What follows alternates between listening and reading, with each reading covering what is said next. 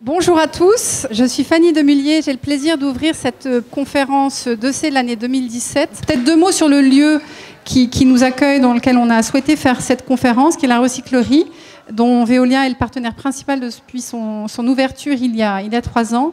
Nous pensons qu'il représente vraiment le sujet de l'économie circulaire par sa conception et aussi par toute la programmation qu'il propose, qui est très riche tout au long de l'année. Donc on vous invite à aller consulter tous les détails sur le site internet de la recyclerie, mais vous pourrez découvrir ici l'atelier de René, où on peut réparer des objets, prêter des objets et s'inscrire dans une vraie économie de la fonctionnalité, mais aussi la ferme urbaine sur les quais à l'extérieur, où on produit pas mal de légumes et de fruits, et qui sont notamment utilisés ici à la cantine. Et il y a toute la problématique du compostage également qui est mise en œuvre, et beaucoup de publics qui sont accueillis pour découvrir tous ces sujets.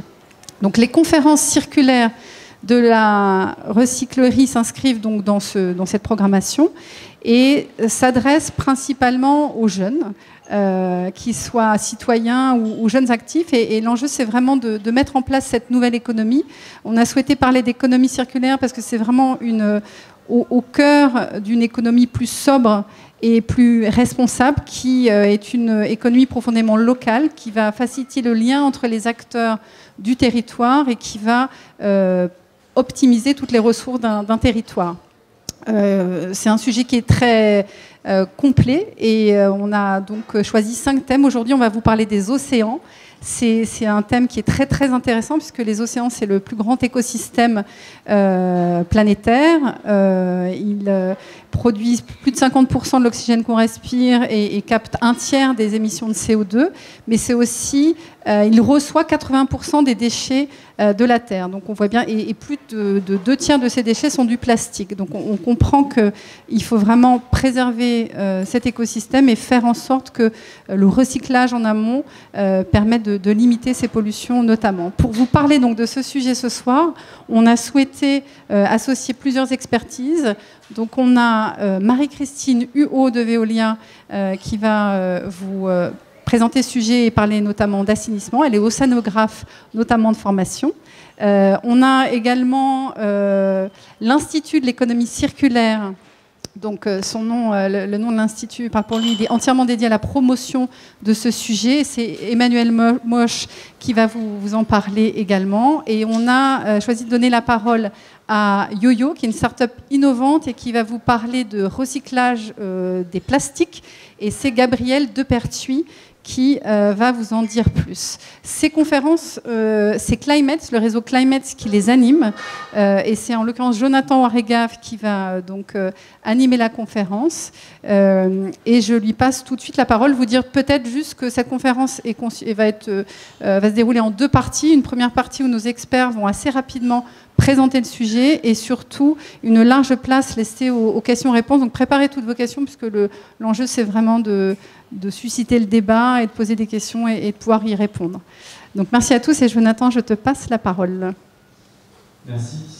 Bonjour, donc, Jonathan Warrégave, je fais partie du réseau Climate. Je vais vous accompagner aujourd'hui pour cette conférence. Pour vous parler un peu de Climate, c'est un réseau de jeunes international mobilisé sur la question du climat. On essaie d'apporter des solutions innovantes au changement climatique. On le fait de plein de façons. C'est comme c'est un think, on réfléchit à des sujets liés à l'eau, liés aux migrations environnementales, liés à comment la jeunesse peut se mobiliser auprès des instances gouvernementales pour faire entendre sa voix et faire changer les choses dans ce domaine-là. Et c'est aussi un think tank qui mobilise aussi les jeunes en organisant des simulations de négociations sur le climat dans des lycées, dans des universités à travers le monde. Donc, il faut savoir qu'aujourd'hui, on est à peu près 400 dans une quarantaine de pays, donc on a une action qui est très répartie sur le globe. Et pour commencer cette conférence, je vais vous poser une petite question. Vous avez des post-it sur vous. Avant de démarrer, je vais vous solliciter pour me donner un mot que vous allez écrire en lettres capitales qui vous évoque l'alliance entre océan et économie circulaire. Peut-être une solution, une initiative ou une modalité d'action.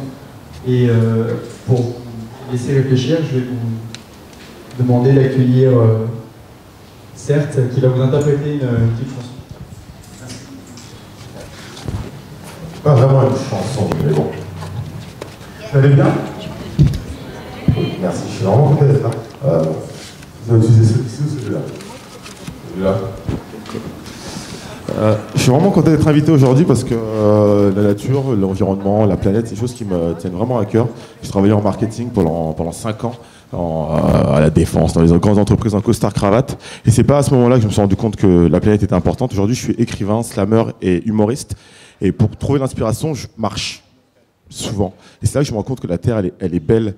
Et m'a inspiré la plupart des titres que j'ai écrits dans mon dernier album de slam, en marchant dans des forêts, en marchant sur des plages, en marchant devant l'océan. Et elle m'a rappelé pourquoi d'ailleurs j'ai changé de voix. En fait, j'écris des textes depuis petit pour donner de l'émotion. Je continuerai jusqu'au bout, c'est ma seule résolution. J'ai compris que c'était le but de mon passage sur Terre quand j'ai vu que l'amour était devenu un mystère. Je ressens de l'amour pour chaque être de ce monde, comme si on était connectés depuis notre première seconde. Si ça te paraît utopique, c'est que t'as pas essayé. On est sur Terre pour aimer, pas pour s'exterminer. J'ai vu des enfants sourire sans même savoir pourquoi. J'ai vu des adultes mentir juste pour devenir roi. J'ai vu des pop stars mourir, tomber en dépression. J'ai vu des peuples se haïr sans se rappeler de la raison. Je connais pas mon avenir et j'ignore mon passé. Je fais en sorte que mon présent honore ma destinée. Quand j'étais petit, ma mère me disait « Fils, tu sais, la vie n'est pas compliquée. C'est nous les humains qui nous la compliquons. » Mon passage sur Terre est là pour trouver l'amour. Bien fait pour les blondes, j'aime aussi les brunes. J'avoue que je suis romantique, j'aime écrire sous la lune. Je n'ai rien à faire de l'argent, j'ai grandi sans oseille. Tout ce qui compte au fond de moi, c'est que ma mère trouve sommeil. Ma mère m'a donné le secret pour être toujours heureux. Prendre les gens comme ils sont, parce que je ne suis pas mieux qu'eux. C'était pour mon premier texte.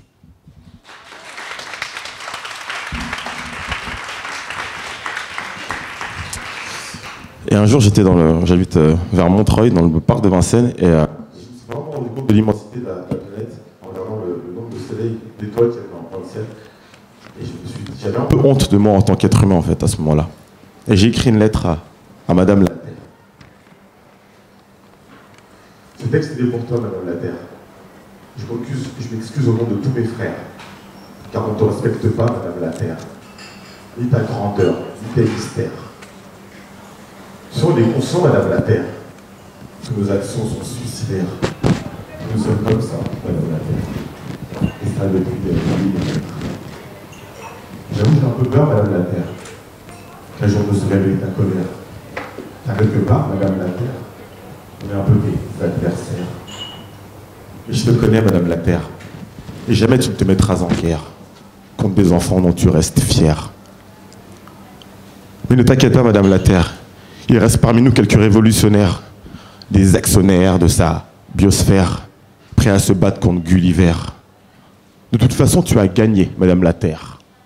Car que nous soyons nomades ou sédentaires, tu nous retrouveras tous, Madame la Terre, quand on redeviendra poussière. Donc en attendant, Madame la Terre, j'essaierai de te traiter comme ma mère. Merci à vous.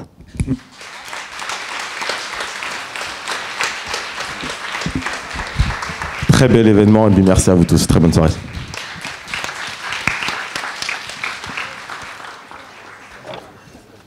Merci beaucoup, Serge.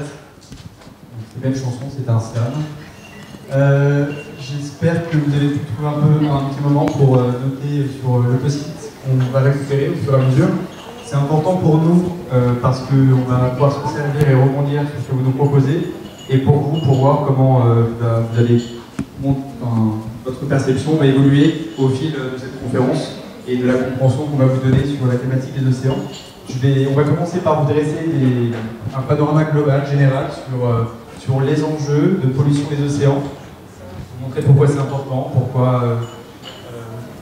quel est le problème, et pour vous parler de ça, nous allons, je vais accueillir Marie-Christine Luot, qui est océanographe et experte pour Veolia. Merci. Alors j'ai la lourde charge de démarrer, mais je vais essayer de vous aider pour les post-it. C'est comme un Cluedo. On ne va pas repartir à l'école, mais est-ce que vous avez compris quel pouvait être le lien entre le joli poème qu'on vient d'entendre sur la Terre, sur la question qui est posée, qu'est-ce qui vous marque entre les océans et le circulaire? Il y a un point commun à tout ça. Nous sommes tous des terriens. Nous avons la chance d'avoir un cosmonaute français. Qu'est-ce qu'il a vu en allant dans la station spatiale? Il a vu une planète bleue.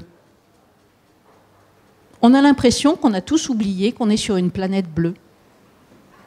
Et une planète qui tourne autour d'un système solaire. Bah déjà, quand on se remémore ça, on a compris la moitié du problème de la pollution des océans. Voilà, alors je vais essayer rapidement de vous dresser un panorama, parce que je sais que le temps est compté. Donc quand je vous ai dit déjà ça, nous n'avons qu'une seule Terre, et c'est une planète bleue. Et elle tourne autour du Soleil. Et nous sommes des terriens. Nous avons nos modes de production, nous avons nos modes de consommation. Est-ce que chacun ici d'entre nous sait, quand il prend un verre d'eau en prenant un aspirine, où va la molécule d'aspirine? Eh bien, elle va jusqu'à la mer. Et je peux vous faire ça sur plein d'autres exemples. Un autre exemple tout simple, tout bête, une interdiction de fumer dans les endroits comme ici. Nous allons donc fumer dehors, pour ceux qui fument. J'encourage pas la cigarette, hein, c'est pas la question. Eh bien, la cigarette, le mégot, on le met où? On le fait tomber par terre. Un petit coup de pluie, il part dans le caniveau. Où va le caniveau? Dans un réseau d'eau usé. Et ça va jusqu'où? À une station de traitement d'eau, nous allons en parler. À un manque de bol, le mégot, il passe à travers les filtres et on le retrouve où? Dans la mer. C'est génial. On peut le prendre comme ça. Je vais au supermarché, je prends un sac plastique. On dit il est super, il est biodégradable. Sauf qu'il est biodégradable en partie. Donc je l'utilise, je le mets dans la poubelle, et puis il va faire des confettis. Puis tout ça, ça va aller où? Pouf, pouf, pouf, pouf, on continue, on refait le cycle. Et donc, en résumé, si ça veut bien marcher, j'ai une coupure de courant là, mais c'est pas grave. 80% des pollutions que nous fabriquons vont à la mer à un moment ou à un autre. Tout est lié. Nous sommes sur une Terre qui tourne, ronde, qui est une planète bleue. N'oubliez pas ça, c'est ça. S'il y a une chose à retenir entre venant ici et repartant après, c'est bien ça. Alors après, on peut prendre tous les chiffres qu'on veut. Je vois que je suis en live et j'ai pas de support. C'est dommage parce que j'avais des belles Photoshop pour vous. Je vais peut-être gagner une minute quand même parce que j'ai mon garde du corps là qui me dit attention, la minuterie est comptée, mais voilà. Donc, à retenir, 80% des pollutions que nous fabriquons sur la Terre arrivent toutes à la mer d'une manière ou d'une autre. Et là-dedans, 90% c'est du plastique. Dans le reste, il y a des filets de pêche. Dans le reste, il y a du bois. Dans le reste, il y a des divers et variés. Alors, une fois qu'on a dit ça, deuxième élément, pour ceux qui le savent, nous sommes français, nous avons la chance d'avoir un monsieur poubelle qui a inventé les poubelles. Et à l'origine, vous reprendrez ça dans vos histoires, pourquoi est-ce qu'on mettait les poubelles dehors? Parce que les poubelles, il ne fallait pas les voir, parce que les poubelles sont le reflet de nos modes de consommation et de nos vies. Donc il ne faut surtout pas les montrer aux voisins. Eh bien tout ça aussi arrive à la mer, parce que rien ne se dégrade complètement. Voilà. Et un bouchon de plastique qui arrive à la mer, c'est 500 ans d'élimination. Donc un geste que nous faisons d'avoir utilisé un mode de consommation, j'ai pris ma petite bouteille de plastique, de machin, de trucs, je la mets, je ne fais pas le tri comme il faut, bidule, voilà, ça arrive à la mer. Et mon petit geste, c'est 500 ans pour que la Terre, qui est une planète bleue, essaye de l'absorber. Et je rappelle, pour ceux qui l'ont oublié, que l'océan est le premier régulateur du climat. Et le dérèglement climatique sera atténué si nous réussissons à faire que l'océan ne soit pas trop pollué pour que l'on puisse maintenir ce régulateur qui est notre poumon de vie. L'océan est le poumon de vie largement devant les forêts. Je vois que je suis toujours en live, mais c'est pas grave, j'ai gagné une minute. Alors, quelles sont les solutions qu'on a? Parce que face à ce panorama, et quel est le lien avec l'économie circulaire? Je pense que si vous suivez le fil, vous avez compris que la planète est bleue, elle tourne autour du Soleil. Voilà. Alors, rapidement, c'était quelques images, mais comme il y a du soleil, vous ne voyez pas. le reflet de nos consommations. Tout ce qu'on trouve sur les plages et dans la mer, c'est le reflet de nos consommations, de nos productions. Et puis, parce que la Terre est ronde, comme je vous l'ai dit, eh bien, pour ceux qui le savent, il y a quelques gyres, ce qu'on appelle des mouvements océaniques de tourbillons rentrants, qui fait qu'on va concentrer, ramener la pollution de tous les macroplastiques et les macrodéchets dans certains endroits. Il y en a 7 dans le monde identifiés, et quelqu'un comme Thomas Pesquet le voit depuis la station spatiale. À la fois, il voit la planète bleue, et puis par satellite, on voit effectivement ces grands gyres. Donc voilà le plus grand gyre qui existe. Ce qui est intéressant, c'est de voir que la surface, bien sûr, est estimée, non mesurée, parce que ça se voit depuis les satellites.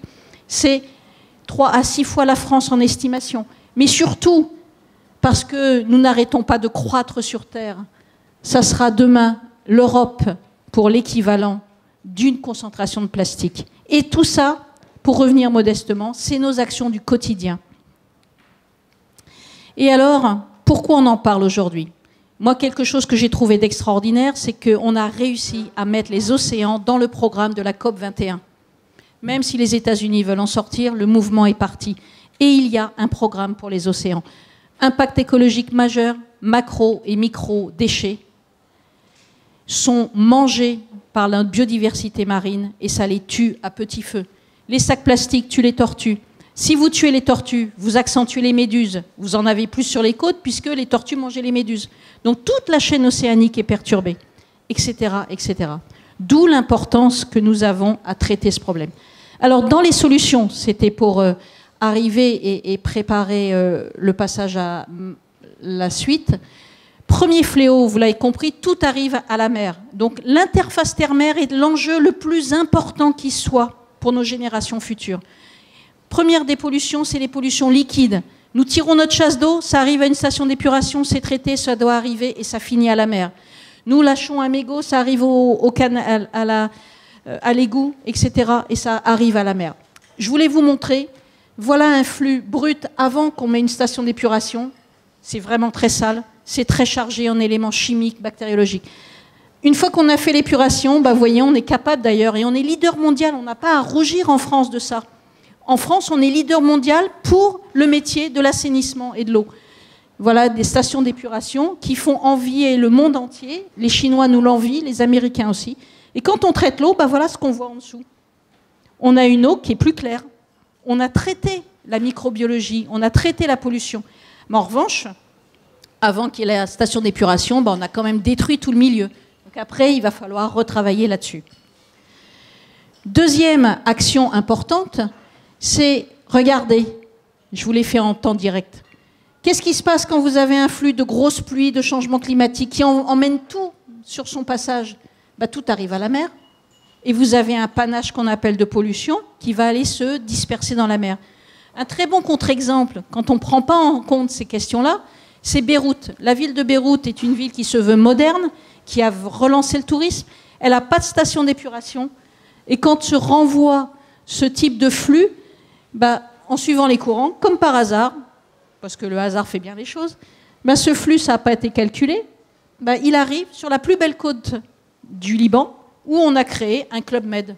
Super, moi j'irai jamais au Club Med là-bas. C'est là où je reçois tous les rejets de la ville de Beyrouth.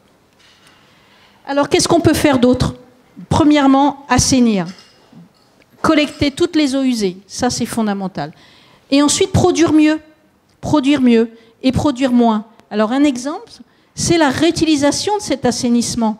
Au lieu de renvoyer l'eau au milieu, au lieu de le renvoyer vers la mer, on le réutilise. On le réutilise pour l'irrigation des espaces verts, on le réutilise pour l'arrosage des golfs, on le réutilise pour la recharge des eaux souterraines, on le réutilise pour d'autres choses.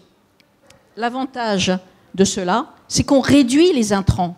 Un exemple très concret des stations d'épuration qui font de la réutilisation d'eau usée, c'est moins 30% d'OGM pour les arrosages d'espaces verts. C'est moins 30% de rejet au milieu naturel des océans. Et deuxième exemple, quand on ne peut rien faire, c'est ce qu'on fait aujourd'hui en France parce qu'on avance petit à petit, pas à pas, on va chercher le déchet et on le collecte devant les plages. Donc de temps en temps, l'été, vous voyez des petits bateaux comme ça qui vont collecter les plastiques. Et la vraie des solutions dans la durée, au-delà de la traitement de l'assainissement, c'est produire moins et recycler. Et je vais passer la main à ma consoeur qui va vous parler du premier des fléaux, qui est le déchet plastique. Comment on fait pour le recycler? Merci.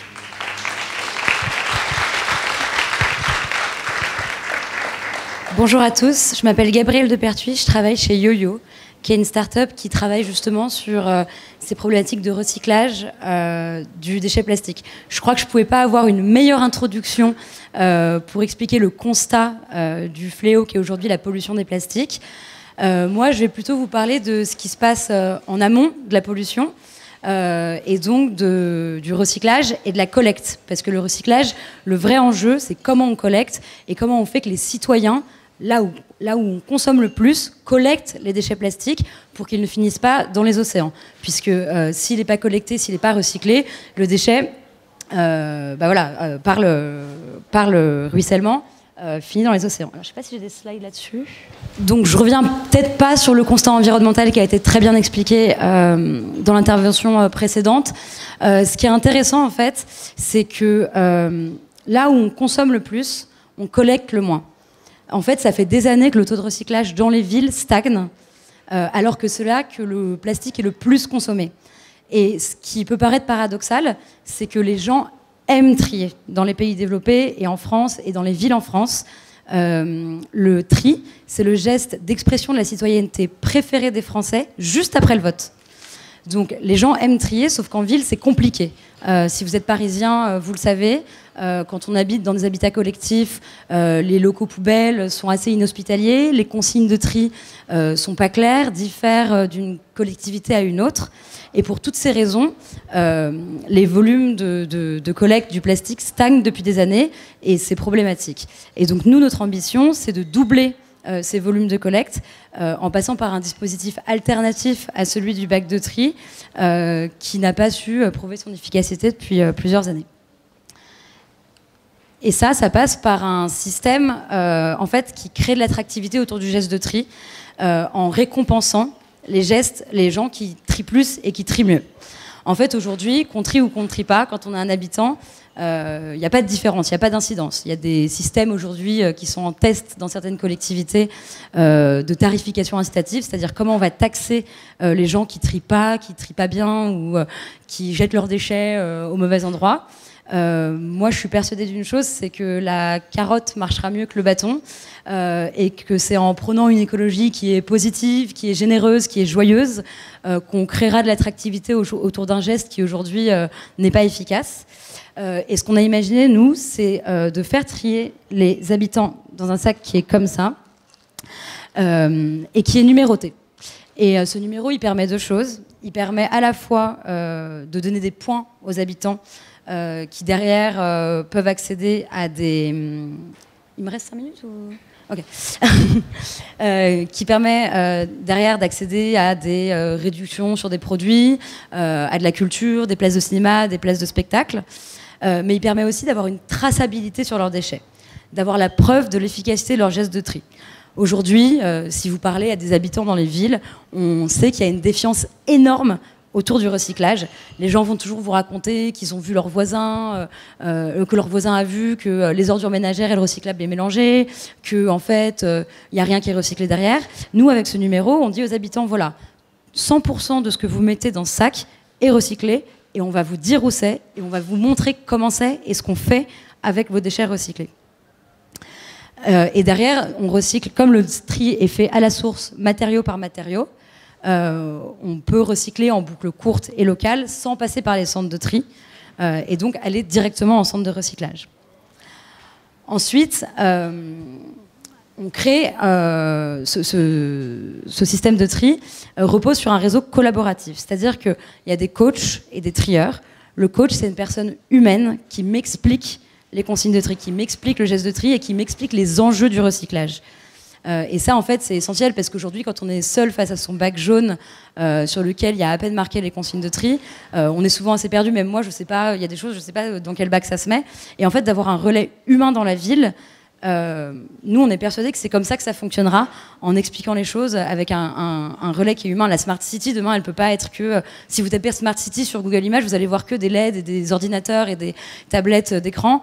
Moi, je pense qu'il faut remettre l'humain au cœur de la Smart City, et il y a des enjeux sur le déchet au cœur de la Smart City. Et donc ce coach, ça peut être un commerçant, une association, ça peut être un gardien d'immeuble qui, via les bailleurs, peut donner un petit peu de temps et qui va me donner ce sac et m'expliquer comment trier. Et une fois que j'aurai trié chez moi matériau par matériau, je redépose le sac chez mon coach qui derrière est le relais logistique pour collecter ces matériaux et qui soient recyclés en boucle courte et locale. Et en fait, ça fait 1 an que YoYo est créé et on a depuis 5 mois mis en place 2 expérimentations dans 2 villes, dans 2 quartiers de 2 villes qui ont des typologies très différentes pour essayer de tester les choses, de voir comment la récompense par exemple peut être un levier pour faire agir, de voir comment l'humain peut être un levier aussi pour mobiliser les citoyens autour du geste de tri. Et on a travaillé avec les collectivités et avec Veolia et on nous a confié en fait 2 terrains d'expérimentation. À Lyon, on travaille à la Duchère, qui est un quartier d'habitat social dans lequel on travaille beaucoup avec les bailleurs et on a, après quelques mois d'expérimentation, pu voir les effets positifs qui avaient été générés par notre action. Et en fait, ce qui est intéressant, c'est que ça a généré plus qu'un taux de recyclage supérieur dans ces résidences. D'abord, ça a généré du lien social, parce que c'est un sujet sur lequel on peut mobiliser les gens et créer du lien autour d'un enjeu environnemental qui est très fort. Ensuite, ça a amélioré la propreté dans les résidences. Ça a diminué la fracture numérique puisque on repose sur une plateforme et c'était un outil en plus pour aider les gens à être plus à l'aise avec les outils digitaux. Donc voilà, ça c'est une photo de Didier qui est notre coach emblématique à la Duchère. Et le second terrain d'expérimentation qui était très très différent, c'était l'hypercentre de Bordeaux. À chaque fois, on est allé dans des quartiers qui triaient très mal, où le recyclage était très mal fait. Pour des raisons assez différentes. Et l'hypercentre de Bordeaux, on trie mal parce qu'en fait, à la fois, c'est un quartier historique donc, qui est peu accessible, donc pour la collecte, c'est très compliqué.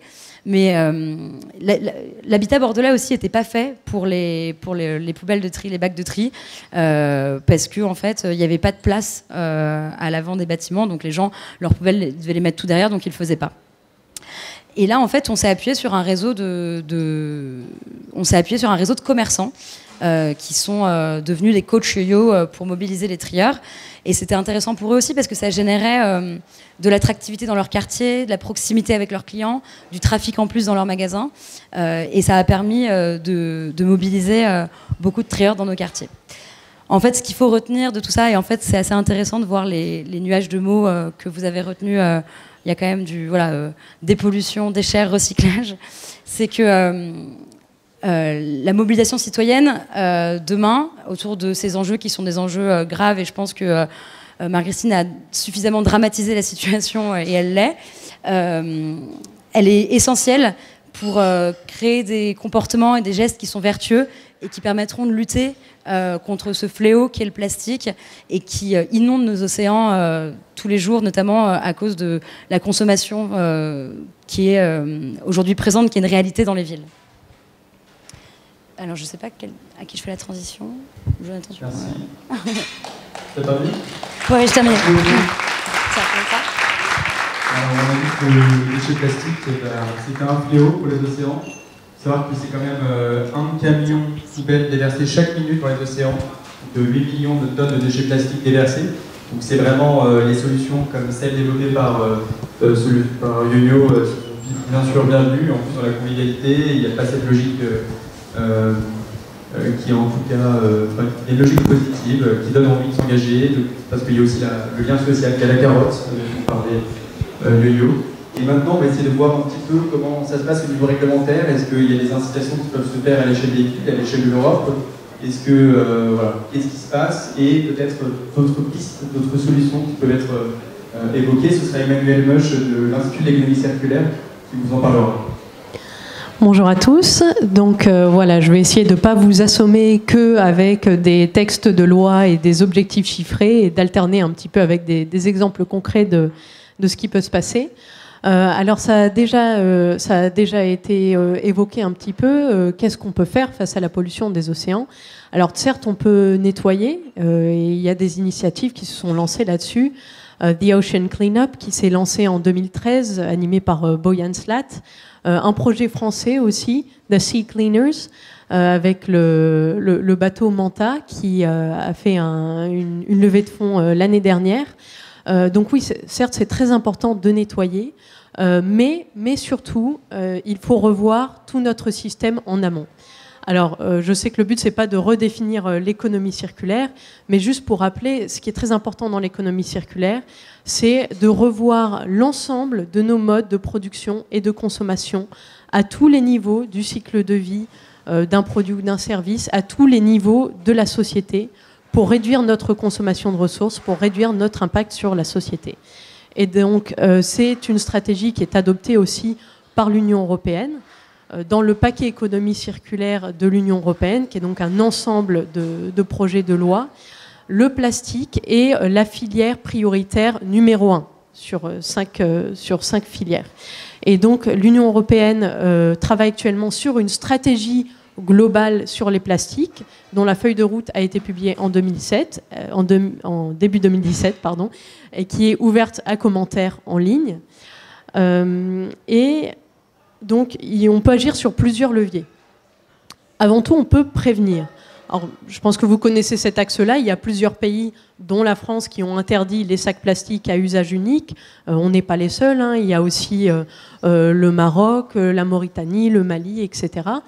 La ville de San Francisco est allée plus loin. Ils ont interdit tous les emballages en polystyrène, qui étaient particulièrement utilisés pour tout ce qui est street food, et qui doivent être donc remplacés par des emballages biodégradables.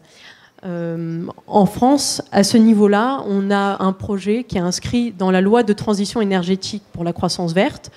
Je ne vais pas revenir Je vais pas revenir dessus. À chaque fois que je vous citerai des objectifs français, ce sera dans cette loi-là. Donc, un des objectifs qu'on a, c'est de réduire de 50% les produits manufacturés non recyclables mis sur le marché à horizon 2020. Donc vraiment en amont. Merci, c'est gentil. J'espère que je ne vais pas le refaire tomber une deuxième fois. Hop. Voilà. Donc le deuxième axe, c'est la réutilisation. Alors la réutilisation, il y a des objectifs aussi européens. Il s'agit de préparer 5% des déchets pour le réemploi. Et aussi, je reprends mon petit pense-bête, de réutiliser 10% des emballages, et ce, à horizon 2030. Je prends quelques exemples aussi qui viennent des pays du Sud, où les systèmes de collecte et de traitement sont moins organisés.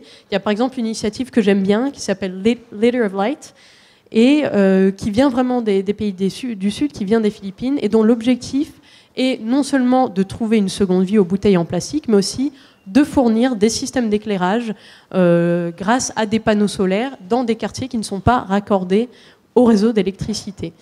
Donc j'en profite pour citer un projet Cycle to Recycle Plastic, qui est de jeunes qui vont faire le tour du monde et qui sont particulièrement axés sur tous les déchets plastiques.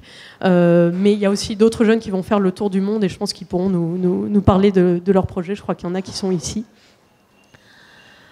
Il y a aussi le recyclage. Alors bien sûr, le recyclage, c'est très important. C'est peut-être la clé de l'économie circulaire, mais il faut bien garder tous les autres traitements en tête. Donc en France, l'objectif, c'est d'arriver à 65% de recyclage des déchets non dangereux d'ici 2025. Mais encore une fois, pour citer des projets ailleurs dans le monde, j'ai eu la chance, la semaine dernière, de rencontrer la fondatrice de Chanja Dati, qui est une entreprise qui s'est fondée au Nigeria et qui cherche justement à recycler. Et elle nous a expliqué que la clé pour recycler, c'est vraiment de redonner de la valeur aux déchets. Donc, non seulement on redonne de la valeur, il y a un modèle économique qui fonctionne parce que ceux qui le récupèrent, ils peuvent le revendre, mais aussi de pouvoir payer un salaire décent aux personnes qui travaillent dans ce domaine-là, et donc vraiment de revaloriser le travail. de revaloriser ce travail, ce type de travail. Pardon. Et je pense que c'est important de se remettre aussi de ce point de vue. Sa présentation était vraiment très poignante. Elle était devant un parterre plutôt européen. Elle disait, pour vous, le recyclage, c'est du développement durable, etc. Pour nous, c'est une question de survie. C'est une question de survie parce qu'on est vraiment dans un environnement très pollué. C'est une question de survie parce que de nombreuses personnes à qui on peut donner ce travail, forcément, leur première préoccupation, c'est pas comment je vais recycler, c'est comment je vais nourrir ma famille. Donc l'économie circulaire comme levier du développement, voilà, c'est quelque chose qui nous a tous beaucoup impactés. Ensuite, je vais passer à la sensibilisation, qui est bien sûr très importante, parce que dans l'économie circulaire, il y a aussi nous, il y a les consommateurs, qu'est-ce qu'on peut faire? Et donc, à plusieurs niveaux, il y a des campagnes de sensibilisation qui portent sur les éco-gestes, bien sûr, comment bien trier, ne pas jeter ses déchets dans les espaces naturels, etc., mais aussi au niveau de la consommation, de bien prendre en compte ce que l'on achète, et de se rendre compte de l'impact que ça va avoir, même si on le trie, même si ça va dans des filières de retraitement. Et donc, pour terminer, c'est un peu une question ouverte de poser la question, est-ce que l'économie circulaire, ça peut être un modèle pour les territoires du littoral et pour les îles? Alors, il y a un peu une double réponse là-dessus. Ça peut être un très bon modèle de développement pour le littoral. Et lors de l'événement Paris Climat 2015, Objectif Océan, l'ensemble des parties prenantes a signé une déclaration qui listait des propositions. Et leur première proposition, c'était de mettre en place des dynamiques d'économie circulaire sur le littoral, parce que ça permet de mettre en lien les acteurs publics, les professionnels du littoral, les associations environnementales et les consommateurs. Et la région Bretagne, d'ailleurs, a été primée dans les trophées de l'économie circulaire 2016 pour leur action dans cette thématique. Pour les îles également, l'économie circulaire est un modèle de développement très intéressant, mais à la fois assez problématique. Intéressant parce que beaucoup de choses qui sont consommées dans une île sont importées de l'extérieur. Une économie qui est plus basée sur la réparation, la réutilisation, peut permettre de développer l'économie locale sur une activité locale. En même temps, assez problématique, parce que très souvent, les îles n'arrivent pas à avoir la masse suffisante pour rentabiliser des équipements de tri, de traitement, de collecte des déchets. Donc il y a vraiment un modèle à trouver et la plupart des territoires insulaires français, je pense notamment à la Guadeloupe et à Mayotte, réfléchissent beaucoup à l'économie circulaire comme voie de développement. Merci. Merci beaucoup. Super. Ouais. Je vais vous inviter à prendre place pour pouvoir répondre à toutes les questions du public. Bonsoir. En termes d'économie circulaire, on parle surtout de recyclage des déchets. L'économie circulaire, mais en termes de recyclage des déchets, effectivement, il y a une question importante sur les consommations et le mode de vie. Et en fait, c'est comme un peu pour la consommation énergétique, on va avoir accès des fois sur la sobriété. On se rend compte que depuis quelques années, il y a une augmentation exponentielle de la consommation de fast-food en français. La livraison à la maison, les compagnies. Moi, personnellement, je ne suis pas consommateur parce que je viens un peu à l'ancienne, mais je cuisine dans des vaisselles que je nettoie, du coup, j'utilise pas l'emballage. Et si ces services de livraison à domicile effectivement utilisent des emballages jetables, il faut se poser la question surtout des objets pour utiliser ce choix. On va peut-être instaurer une obligation légale d'utiliser des contenants consignés qui seraient récupérés auprès des consommateurs de l'eau. Il y a un interdire de façon beaucoup plus radicale l'utilisation non seulement de polystyrène, mais de toute forme de plastique. Je pense que la loi, en objectif 2030,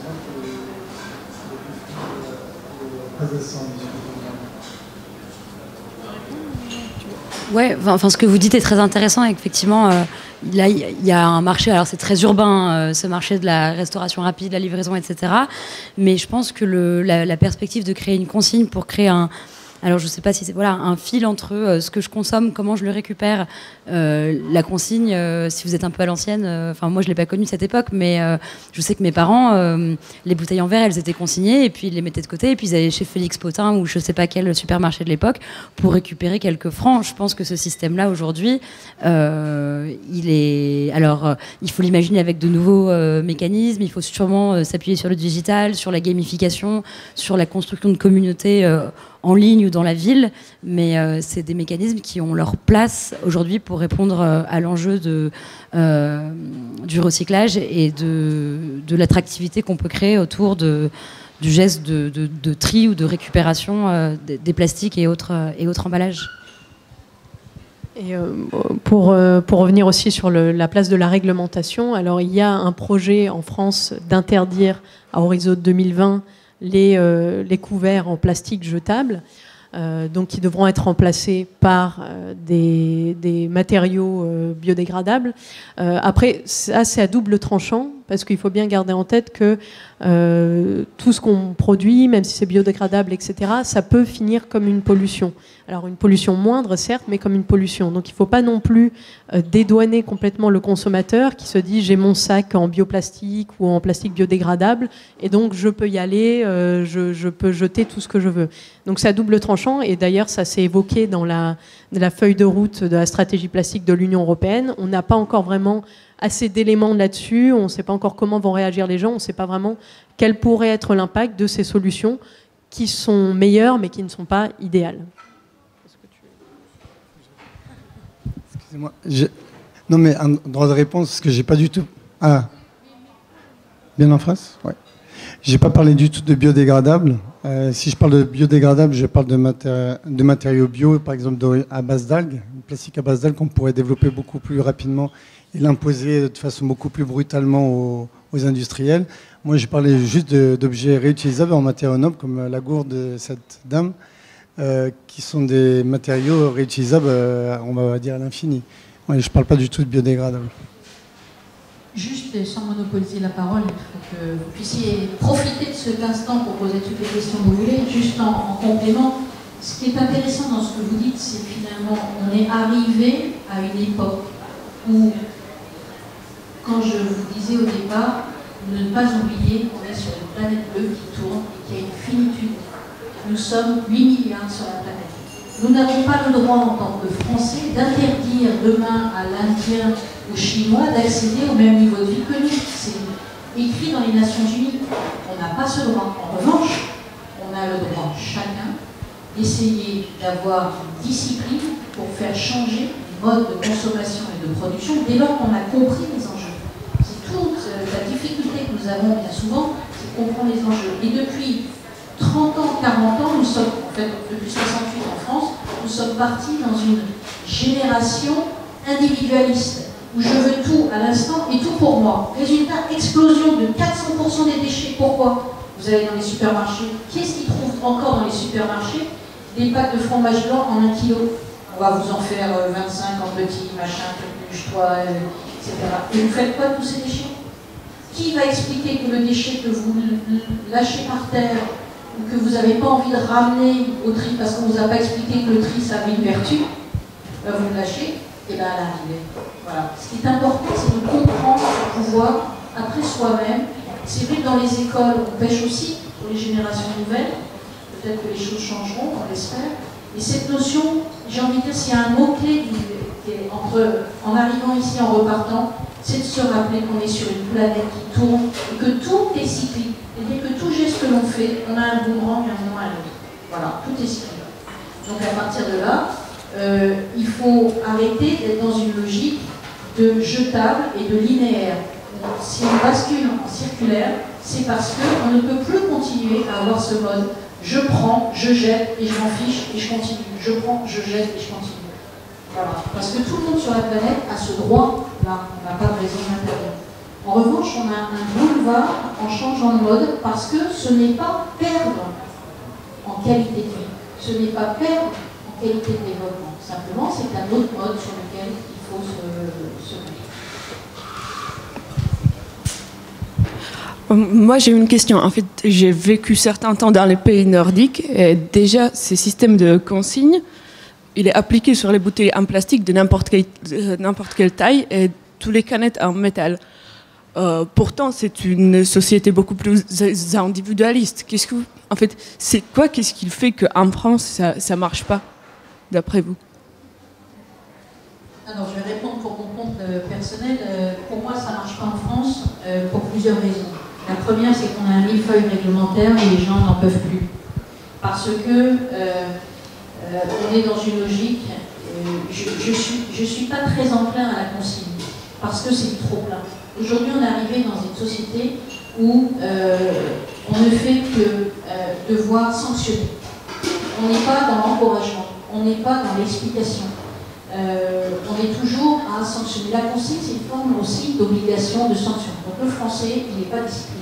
Il a plein de qualités, plein de vertus. Il n'est pas discipliné et quand il en a ras-le-bol, on a ras-le-bol. À l'exemple, je ne fais pas de politique de ce qui se passe en ce moment. Donc ça, c'est une différence. Les pays nordiques, quand j'ai eu la chance de pas mal voyager, j'ai pas mal vécu les pays du Nord, j'ai vécu les pays d'Europe centrale qui ont été très pollués, et j'ai vécu l'Australie qui, pour moi, est encore l'Éden du monde, comme l'Antarctique. Voilà. Et en fait, les gens ne sont pas sortis de chez eux.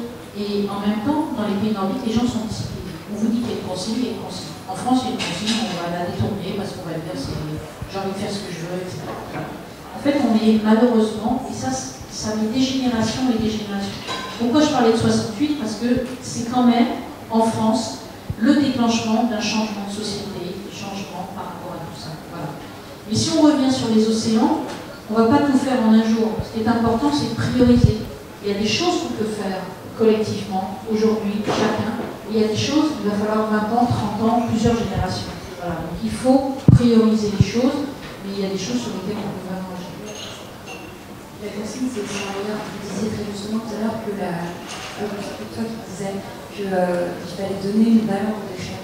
La consigne, c'est pas un moyen de donner une valeur aux déchets, de faire que ce déchet revient, mais pas abandonné, pas au noir, ou pas d'une manière. Enfin, je sais pas. Moi, je pense que. Alors, je sais pas si c'est la consigne, mais en tout cas, je pense qu'il faut créer quelque chose pour que ces déchets reviennent. Et je pense que donner une valeur, c'est ce qu'il faut faire. Et je pense qu'en consignant, au contraire, je trouve que c'est plutôt positif de donner une valeur en disant si tu ramènes ta bouteille, tu auras un petit quelque chose. Je sais pas si c'est de l'argent qu'il faut. Peut-être qu'à Londres, ils payent des gens ils ont payé 8 agents de la ville pour simplement dire merci aux gens qui recyclent bien, qui sont à côté des points d'apport volontaires de recyclables, et les gens disent merci. Et alors, je sais pas, j'ai pas de chiffres sur à quel point ça a augmenté ça a sûrement pas fait décoller les bulles de collecte, et je pense que c'est pas une solution, mais je trouve que d'avoir un retour de la part du consommateur, parce que ce déchet il l'abandonne plus mais il le met au bon endroit, ça je pense que c'est comme ça qu'on avance. Est-ce qu'il y a d'autres?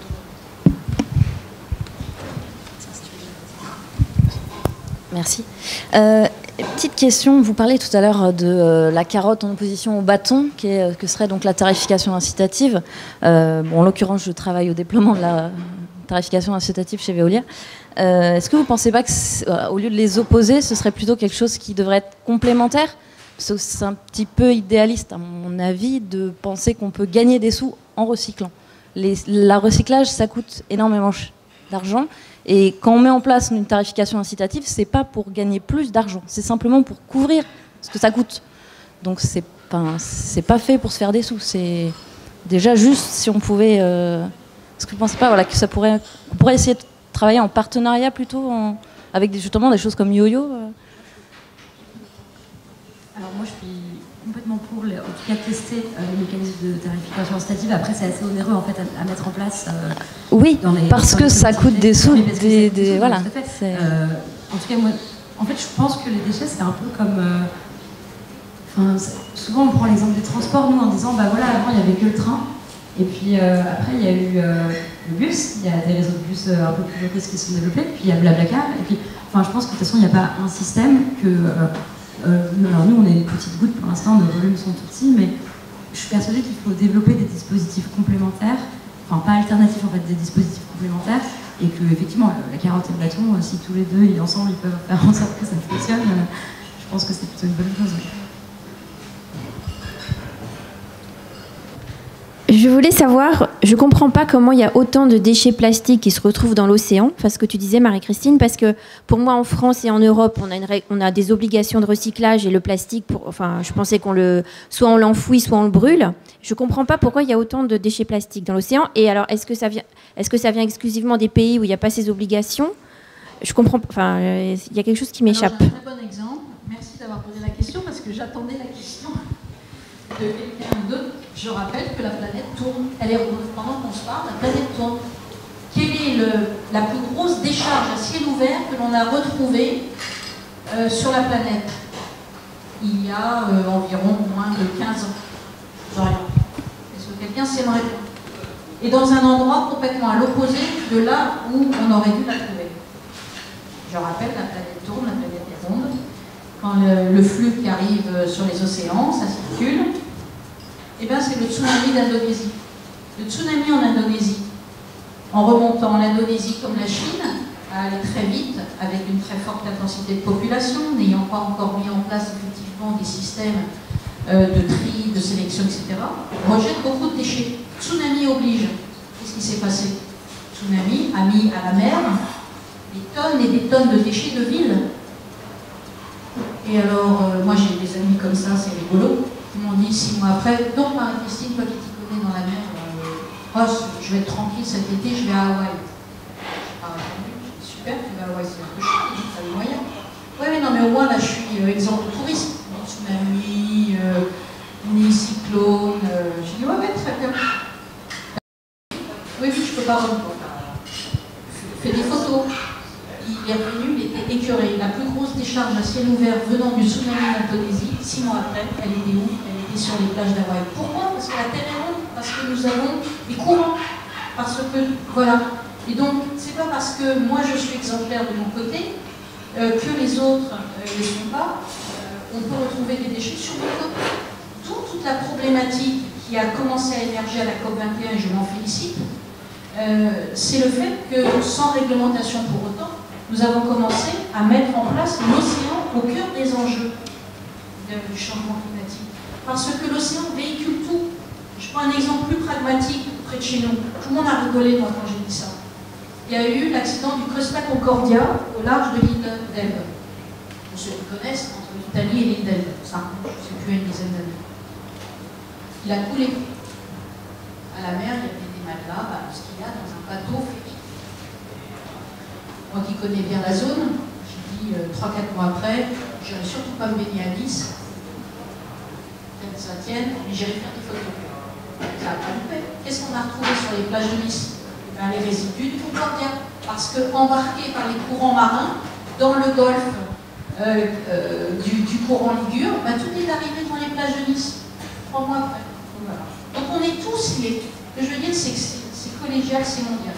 Alors la vraie difficulté, c'est que les grands gires, comme le 7e continent qu'on appelle aujourd'hui, échappent à toute réglementation.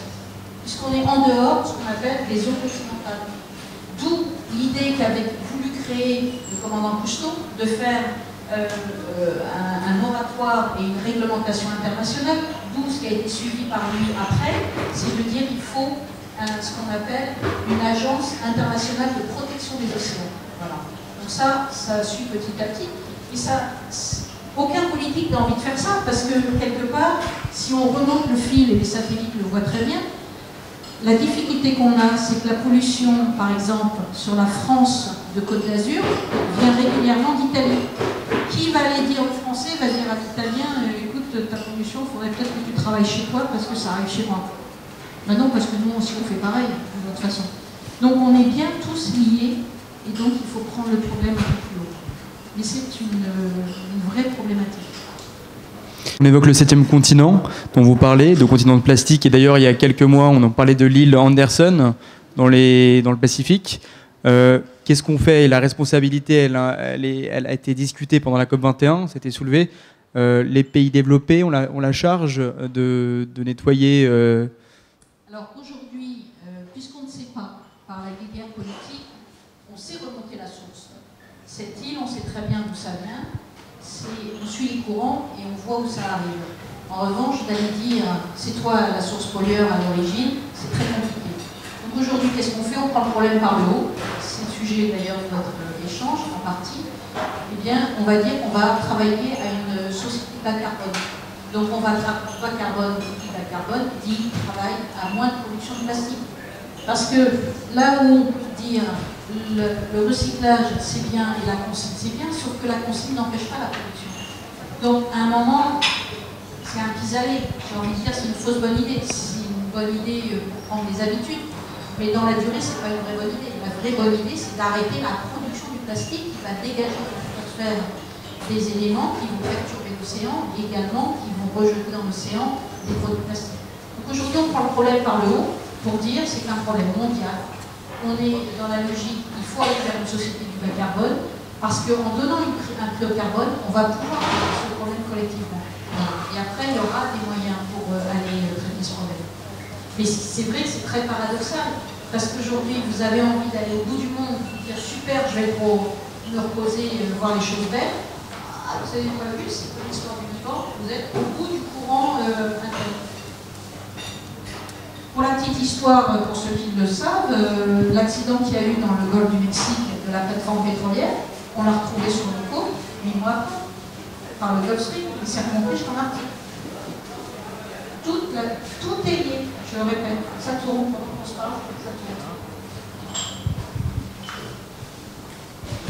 Oui, bonjour, je voudrais revenir sur l'idée de, quand vous évoquiez le packaging tout à l'heure, je trouve ça assez intéressant et assez paradoxal parce que vous dites que, par exemple, une bouteille d'eau, l'eau ne coûte rien et vient tout l'investissement, tous les bénéfices qu'ils vont recevoir, c'est à la fois à travers leur image et tout ça. Mais d'un autre côté, comment ça se fait qu'un supermarché, tous les produits sont emballés, un supermarché c'est quand même beaucoup moins cher que, j'irai pas dire jusqu'au commerce de proximité des petits villages, mais que les enseignes bio, que de se restaurer ailleurs, et c'est ça qui fait que la puissance des supermarchés, c'est qu'ils sont beaucoup moins chers et les gens vont au supermarché parce qu'ils n'ont pas les moyens parfois d'acheter mieux, et ça pourrait englober par exemple les denrées sans emballage. Alors ça c'est un autre sujet, c'est encore un autre enjeu politique, c'est qu'avec la réglementation notamment en France, on a mis tout paquet sur le sanitaire. Et le risque sanitaire, on a dit égal, il faut packager, il faut isoler, il faut suremballer, il faut emballer, il faut suremballer. Donc on est malheureusement dans un cycle de lobby. Et si vous faites vous-même l'exercice, je pense que si on fait à main levée, qui a envie d'aller en vrac, d'amener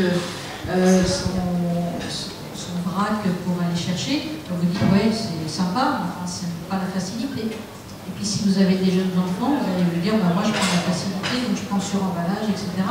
Et puis ils sont malins en marketing, notamment le bon exemple c'est les yaourts. On fait des yaourts avec à chaque fois 25 saveurs différentes, de nouveaux parfums, et puis bah, les enfants c'est la première chose qu'ils voient. Ah non, il faudrait des nouveaux parfums, etc. Donc c'est très difficile de revenir dans une société où on fait tomber le suremballage qui est en train de tomber. On est en train de le faire tomber parce que on est en train de travailler sur ce qu'on appelle un changement dans le modèle économique, c'est demain de ramasser les poubelles au poids. Et que ça sera, vous paierez la taxe en fonction du poids. Il y aura des puces dans les poubelles, ça a déjà démarré dans certaines communes, et en fonction du poids, vous paierez réellement le poids que vous aurez consommé. Donc plus vous aurez d'emballage, plus vous aurez, plus vous paierez. Moins vous en aurez, plus vous irez au vrac et moins vous paierez. Et pour rebondir sur ce que tu disais sur les enjeux sanitaires, c'est vrai que là, il y a quand même une vraie complexité. Je pense que c'est quelque chose qu'on rencontre tous quand on essaye de faire la bonne action qui va dans le bon sens pour le développement durable. C'est pas toujours facile de voir vraiment quels sont les impacts. En ce moment, il y a un groupe de réflexion au niveau français qui est animé par la Commission nationale de l'industrie et qui réfléchit sur les réglementations sur les déchets et plus particulièrement sur la sortie de statut du déchet, comment un produit peut ne plus être considéré un déchet et être réutilisé autrement. Et c'est vrai qu'un des butoirs, c'est ça, c'est de se dire on a envie de favoriser l'économie circulaire, mais on n'a pas envie qu'il y ait des risques sanitaires, que les consommateurs, les citoyens soient soumis à exposition dans des produits réutilisés qui pourraient avoir des traces même très faibles de produits toxiques. La question se pose aussi pour les emballages. Et donc il y a toute une articulation à faire entre les réglementations sanitaires, les réglementations sur les produits chimiques et les règles de réutilisation de déchets. Et ça, c'est quelque chose qui est très important, on va dire, dans la pensée économie circulaire. C'est vraiment de penser global, de penser aussi à l'effet rebond, de toujours se poser la question, c'est ce que je disais tout à l'heure, certes, si on passe à des objets biodégradables, est-ce qu'on ne risque pas de plus en utiliser? Ou si je passe à un produit qui est recyclable, mais qui est moins durable, et il va falloir en produire plus, est-ce que ça n'a pas un problème en termes d'énergie? Donc c'est assez complexe, mais il faut essayer de prendre tous ces éléments-là en compte. Oui, bonsoir.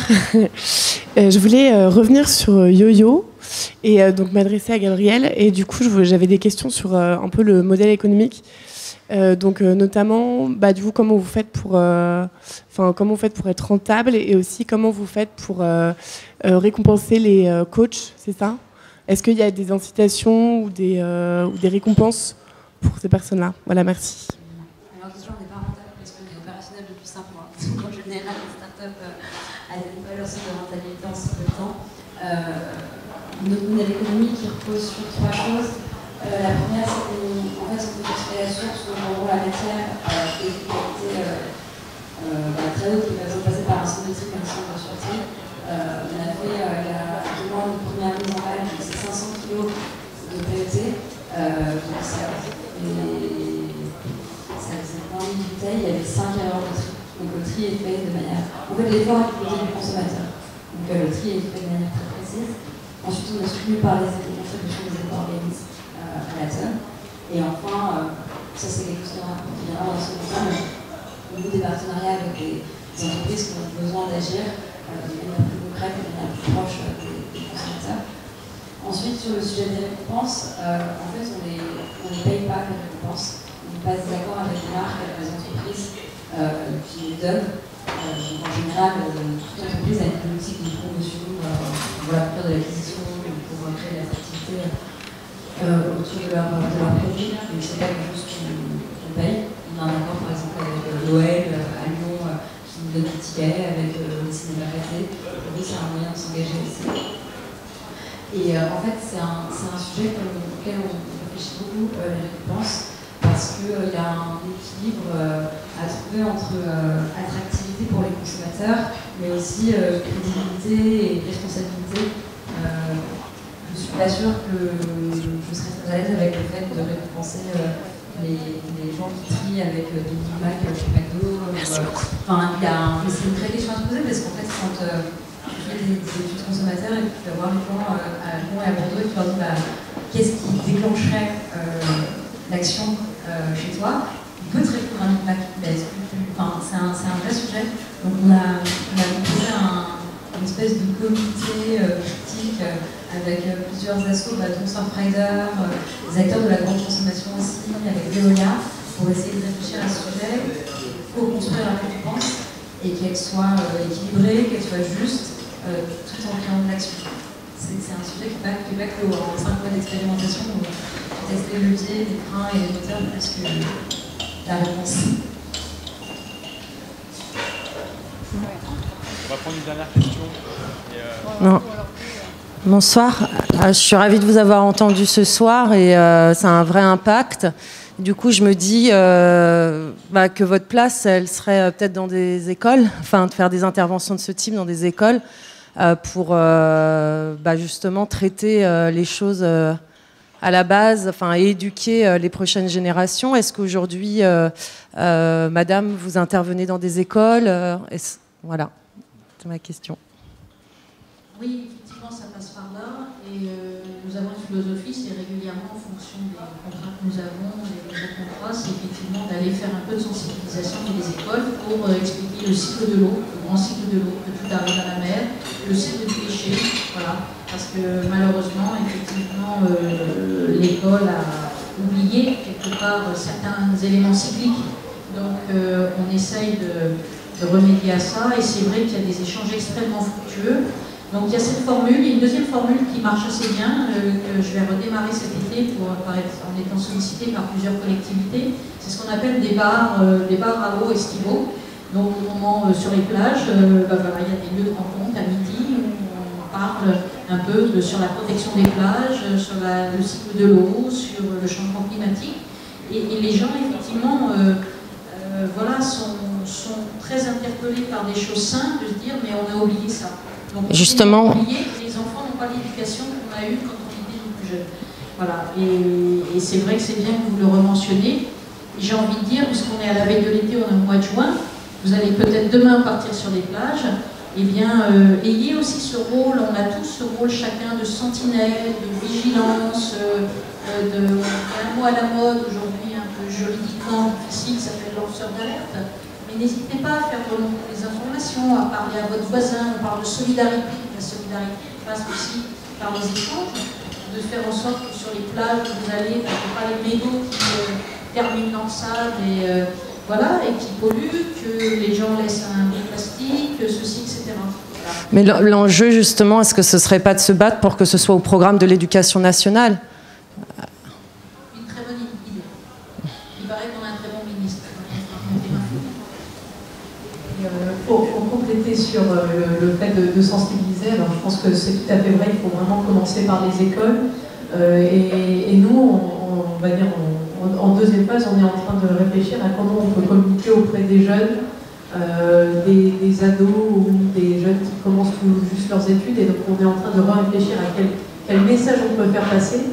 Et comment on peut réinventer aussi notre communication, parce que pour l'instant on est très à le site de l'Institut d'économie circulaire. Si vous êtes déjà sensibilisé à l'environnement, vous allez venir voir.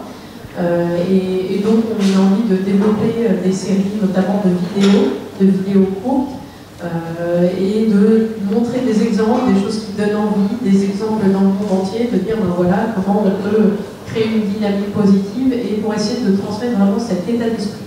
Parce que pour nous l'économie circulaire, c'est un état d'esprit justement de toujours réfléchir à l'impact de nos actions et de ce qu'on achète à tous les niveaux, qu'on soit citoyen, entreprise, politique publique, de réfléchir à l'impact global.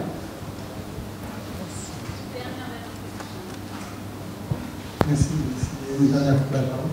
Il y a une question qui me vient à cœur, la programmation de l'Europe des possibles. Je voudrais ouvrir un peu le débat sur l'économie circulaire et la pollution des océans. L'économie circulaire, moi je la comprends au niveau local, au niveau micro, comme la production, la consommation, le recyclage local, un circuit continu local, en opposition à l'échelle macro,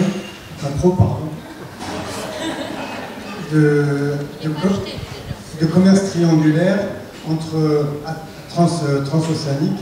Donc là, je fais référence au CETA et au TAFTA, et notre nouveau régime présidentiel qui s'oriente à la ratification de ces systèmes d'économie de libre-échange transocéanique. Donc là, viennent les questions de la pollution océanique vis-à-vis des ondes sonores basse fréquence qui perturbent les mammifères marins, de la consommation de mazout pour traverser l'océan, de la pollution dans les ports, dans les terminaux portuaires français à cause des gazages sauvages, et de la pollution de l'air aussi, parce qu'il faut savoir que le mazout c'est la pire espèce d'hydrocarbure qu'on puisse brûler. Donc il y a des problèmes de santé publique dans les zones portuaires en France, etc. Donc après, si on ne s'intéresse pas aux problèmes sociaux qui engendrent la désindustrialisation de la France, on peut s'intéresser aux problèmes d'émissions de CO2 et d'acidification des océans liés à ces échanges, cette intensification des échanges transocéaniques.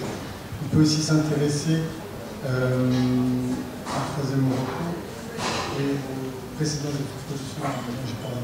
Voilà, donc si on veut faire de l'économie circulaire et protéger les océans, il faut consommer, produire et traiter localement. Donc voilà, c'est important pour moi de faire cette intervention parce que je me suis rendu compte aux dernières élections que les gens n'ont pas compris l'enjeu.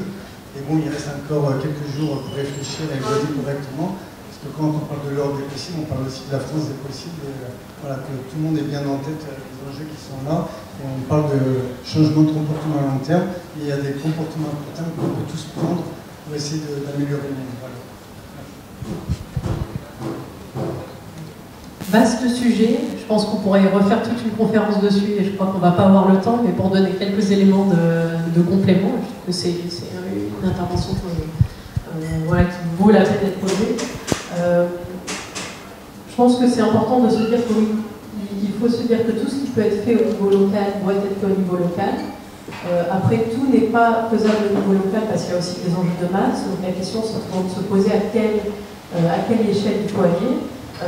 Et parfois, il y a des recyclages qui ne peuvent pas se faire localement. Je pense aux aiguilles d'élevage en Bretagne, pour le courant de phosphore qu'il y a dans le sol, on ne peut pas le réutiliser localement, il faut l'utiliser plus loin. Et pour justement se repositionner à un niveau international, voilà, il ne faut pas oublier que la Terre tourne, et qu'on n'est pas tout seul. Et donc, quand on réfléchit à notre production locale, il faut aussi penser qu'il y a des pays en voie de développement dont le système économique repose beaucoup sur soit l'exportation de matières premières, soit sur la production. Donc il faut vraiment l'avoir à l'esprit, se poser la question de comment on va faire dans notre transition vers l'économie circulaire pour aider ces pays à faire cette transition aussi. Et c'est quelque chose qui a été beaucoup évoqué dans le Forum mondial de l'économie circulaire qui a été la semaine dernière, pardon. Et ça m'a beaucoup rassurée. C'est les gens au niveau international se posent la question, se disent dans l'économie circulaire comme dans le reste de l'économie, il peut y avoir des gagnants et des perdants. Donc il faut faire des choix, il faut aller vers certains modèles de développement, il faut aller vers certains modèles de rééquilibrage pour qu'il y ait le moins de perdants possible et qu'on aille vers une économie circulaire où tout le monde est gagnant. Donc ça, ce serait l'idéal. Et moi, j'irai encore plus loin, ça n'engage que moi. Je pense qu'on peut aller vers une économie circulaire généralisée, un développement durable généralisé, que si on réduit les inégalités. Parce qu'on ne peut pas demander à des personnes qui ne sont pas sûres de quelle va être leur situation demain, qui ne peuvent pas nourrir leur famille, de penser à la frugalité, réduire leur niveau de vie, ils sont déjà là-dedans. Eux, ce qu'ils veulent, c'est pouvoir assurer leur futur. Et je pense qu'on ne pourra pas passer à l'économie circulaire tant qu'on n'aura pas assuré un niveau de vie décent à tout le monde. Merci.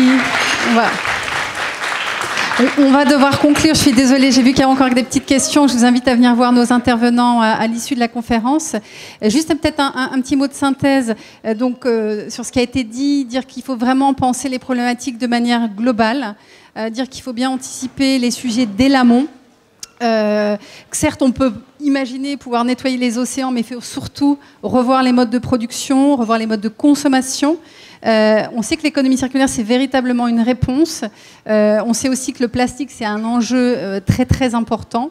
Et en fait, le message clé, c'est vraiment de dire, quand on sait qu'il y a 3/4 des déchets de la planète qui ne sont pas valorisés, c'est de dire que les ressources, elles sont vraiment trop précieuses pour n'être utilisées qu'une seule fois et qu'il faut redonner de la valeur à ces ressources. Je pense que c'est ça qu'il faut retenir. Donc un très, très grand merci à nos intervenants d'avoir partagé leur expertise. Bravo. Merci à Jonathan qui a dû se sauver. Merci à certes le musicien, le slammer qui nous a accompagnés en début de conférence. Juste vous dire aussi que vous avez sur vos chaises un petit document qui vous présente le site Living Circular. Donc l'équipe du Living est aussi présente et je les remercie. Elles vont produire un article à l'issue de cette conférence. La conférence, elle a été filmée. Elle sera mise en ligne sur le site Living Circular. On aura également une vidéo de synthèse. Et vous avez les prochaines dates, puisque c'est 5 conférences par an. La prochaine, c'est le 12 septembre. On parlera de biomasse, donc une énergie renouvelable d'avenir avec une problématique globale à gérer également. On vous donnera plus d'infos. Donc on vous donne rendez-vous le 12 septembre et je vous souhaite un bel été d'ici là. Merci à tous pour votre présence.